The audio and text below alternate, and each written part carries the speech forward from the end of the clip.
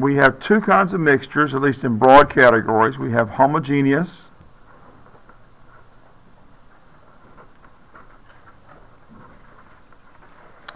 and then we have heterogeneous.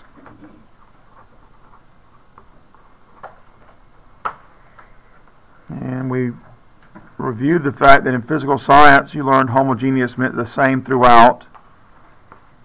Heterogeneous was not the same throughout, but we further then refined what that meaning of the same throughout meant in here. And we said that for homogeneous mixtures, we're talking actually, in chemistry, we're actually talking about it being the same throughout, but at the nanometer level. Anything above the nanometer level is not considered the same throughout. It might look like it. And I gave you the example of milk being something that it looks like it's the same throughout, but to a chemist, the milk fat particles are too big to be called a homogeneous mixture. Okay? It's a heterogeneous mixture. We're going to further refine that a little bit here in a minute. So, under homogeneous, the only true homogeneous mixture we said for a scientist or chemist would be a solution.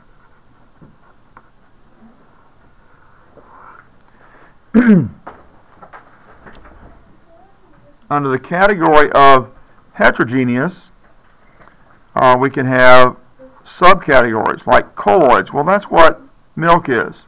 It's actually a colloid. The particles are a little too big to fit into that solution category.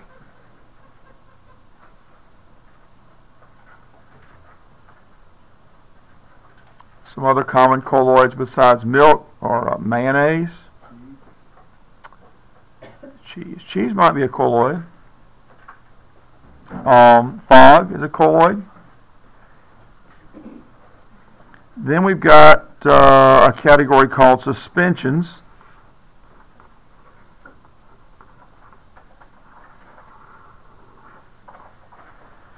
And then above that, that is to say larger than those particles that make suspensions, we might have something called a coarse mixture. But to a chemist, what might be considered a coarse mixture is still pretty small. Still pretty small. I mean, so small you certainly can't see it with the naked eye. You might be able to see it with a really good microscope. Okay?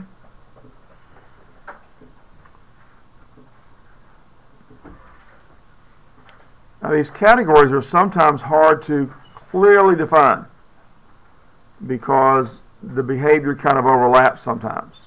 So it's a judgment. Okay, and there's good scientific judgment and there's poor scientific judgment, but there is a judgment involved in whether or not you have a solution, colloid, suspension, or coarse mixture sometime. The key thing about solutions is that if we want to separate solutions, that if I've got, well, the other day we were working with copper sulfate, copper 2 sulfate.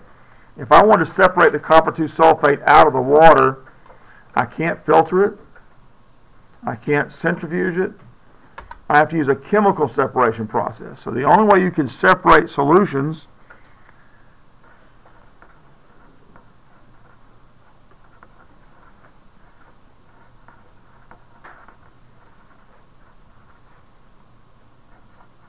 is by using some kind of process that takes advantage of their chemical properties. And we just call that a chemical separation process.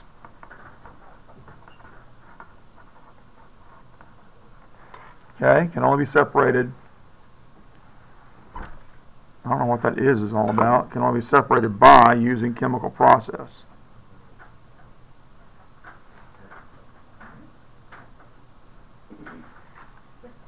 Yeah.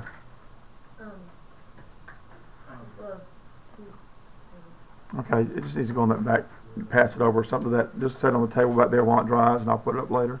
Thank you.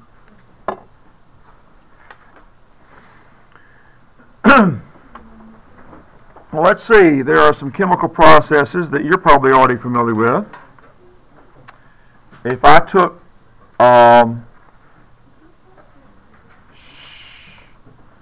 ever made rock candy? Made rock candy? How do you make rock candy? Listen. Listen. Huh? Right, but yeah, but so you mix everything together, and sugar's the main component, okay? Boil it. And then?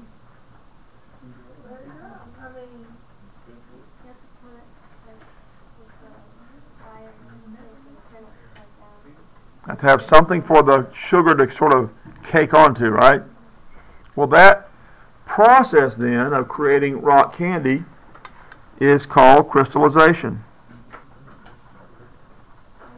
So what you were doing is you had a nearly saturated solution of sugar water, and as you boiled it, the water boiled out of that.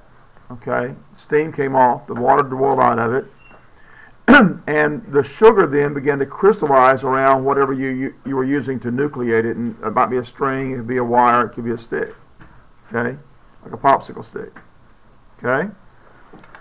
Another thing you can do to separate something by taking advantage of chemical properties is evaporation. So if you have salt water, just stir up some salt water in a glass of water, leave it on the kitchen counter for a few days. The water evaporates out, and what's left behind is a dusting of the salt, or maybe more than a dusting of salt. The way they make sea salt, if you buy sea salt in the store, is usually through evaporation. They just seawater and evaporate out the water. Okay? Some more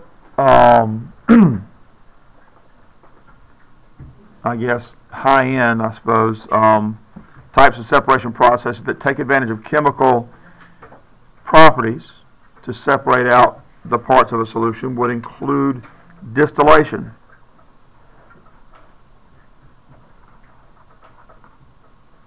Distillation. Chromatography.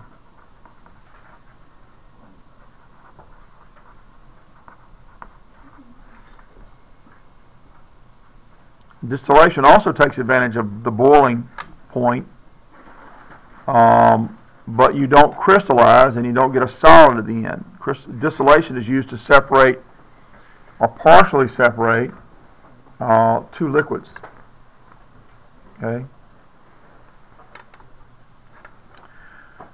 Colloids, the particles in a colloid are slightly larger than the particles in a solution. The particles in a solution are less than will be this way, less than 1 nanometer in diameter.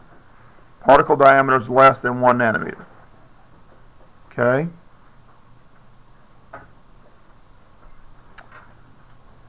The diameter of a colloid particle is between 1 nanometer and, I believe, let's see, actually the lab we're going to do on Monday has a different size. And that's one of the problems. I mean, it's kind of a judgment call. Most of the textbooks I've seen said 1,000 nanometers, but I think on the lab we're going to do on Monday it has a slightly different size listed there. So I'm sorry, it should be 1,000 nanometers, not 100 nanometers. And suspensions are greater than 1,000 nanometers. That's the particle size.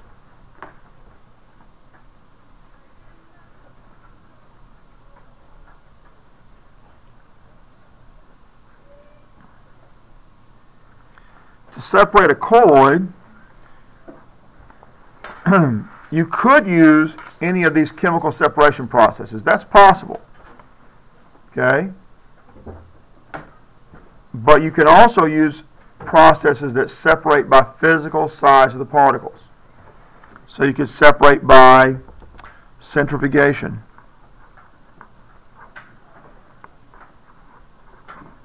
Anybody know what a centrifuge is? Yes, it's just a centrifuge. It's what the process of using a centrifuge. So anybody ever gone to the fair and rode that thing that you get in there and you stand up on the walls and it starts to spin around and around there, it tilts up? Yeah. What's that called? A tilt-a-wheel? Something? It's called, no, you can't move. That's right. You can hardly move. That's right. You don't think it's like you can slide. Okay. That's basically the process of centrifugation. You are being centrifuged. Okay? Well, if you take a solution or a colloid and put it in a centrifuge and spin it around like that, the increased acceleration can separate out the particles of the mixture in a way that you can't do with just just by having it settle out or something like that. So that's one way to separate out.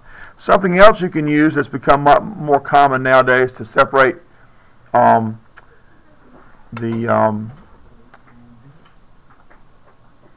phase from the other in a colloid is using dialysis tubing. So dialysis is a process typically that describes what you do to remove impurities from your blood if your kidneys aren't working, if your kidneys or liver, kidneys aren't working well, properly, okay? So dialysis tubing is capable of separating out colloidal particles, all right? It will do it where just filter paper might not. Now, one of the typical ways of separating out suspensions is using filtration, using filter paper. Okay, you can also use filtration to separate coarse mixtures.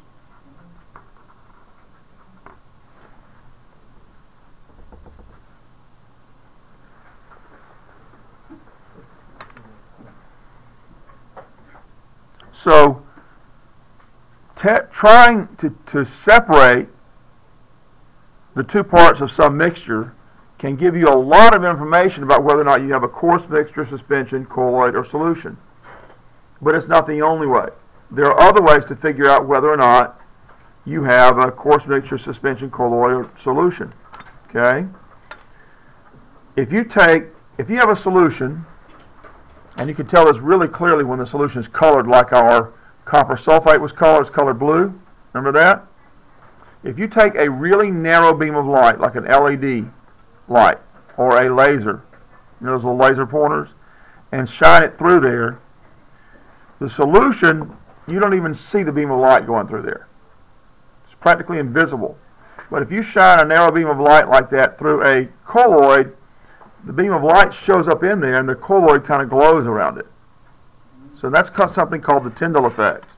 So you can test for whether something is a colloid or a solution using something called the Tyndall Effect. Okay?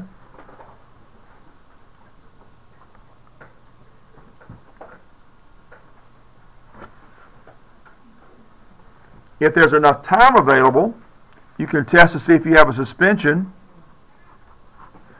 by settling.